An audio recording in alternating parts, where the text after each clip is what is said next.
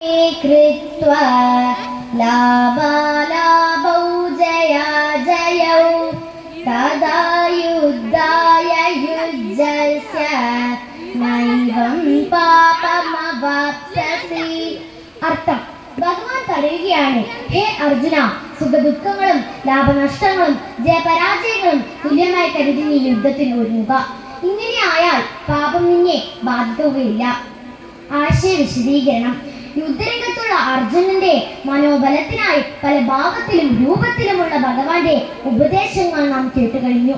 എന്നാൽ ഇവിടെ സുഖദുഃഖങ്ങളെക്കുറിച്ചും ലാഭനഷ്ടങ്ങളെക്കുറിച്ചും ജയപരാജയങ്ങളെക്കുറിച്ചും ആഴത്തിൽ ഊന്നി പറയുമ്പോൾ ഒരു മനുഷ്യായുസ് മുഴുവൻ മുതൽക്കൂട്ടാക്കേണ്ട വചനങ്ങളാണ് നമ്മൾ ഓരോരുത്തരുടെയും മനസ്സിൽ തെളിഞ്ഞിരിക്കുന്നത്.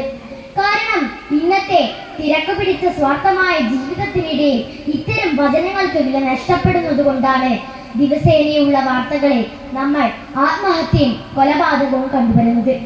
സുഖം, ദുഃഖം, ലാഭം, നഷ്ടം, ജയം, പരാജയം ഇവയിലൊന്നും തന്നെ ശാശ്വതമായിട്ടുള്ളതല്ല എന്നുള്ള തിരിച്ചറിവ് നമ്മിലേക്ക് വന്നു ചേരുമ്പോൾ മാത്രമേ ഏതൊരാളുടെയും ജീവിതം അർത്ഥപൂർണമാവുകയുള്ളൂ.